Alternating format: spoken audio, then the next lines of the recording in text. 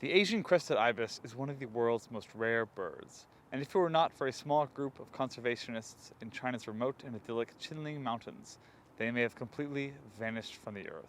Hi, I'm Kyle Obermann, nature contributor for the China Current, showing China's wild side. By 1980, the Asian Crested Ibis had disappeared from Russia and the Korean Peninsula and were dwindling in Japan, leaving some to wonder if they had gone extinct. But in the spring of the following year, locals found tracks of 7 birds in the mountains of Shanxi. This was right after Japanese researchers failed in the attempt to create a breeding program for the last ibis in Japan. The world was elated by the news of the ibis in Shanxi. Experts from the Chinese Academy of Sciences immediately jumped to action and created a protection station in the Qinling Mountains, dedicated to the research and conservation of the ibis. But as the ibis gained more attention, the interests of conservationists and local farmers clashed. The ibis will only nest and feed in organic agricultural fields, which went against the current farming practices of the region. The farmers also resisted changing their practice because it would reduce their yield.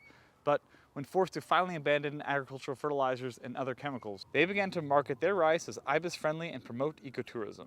Afterwards, many local farmers actually saw an increase to the revenue and local economy.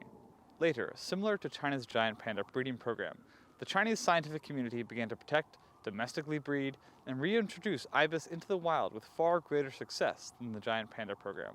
From the remaining 7 that were found 40 years ago, today there are over 7,000 individuals around the world, with an increasing number of 330 individuals in the wild, including newly restored populations in South Korea and Japan.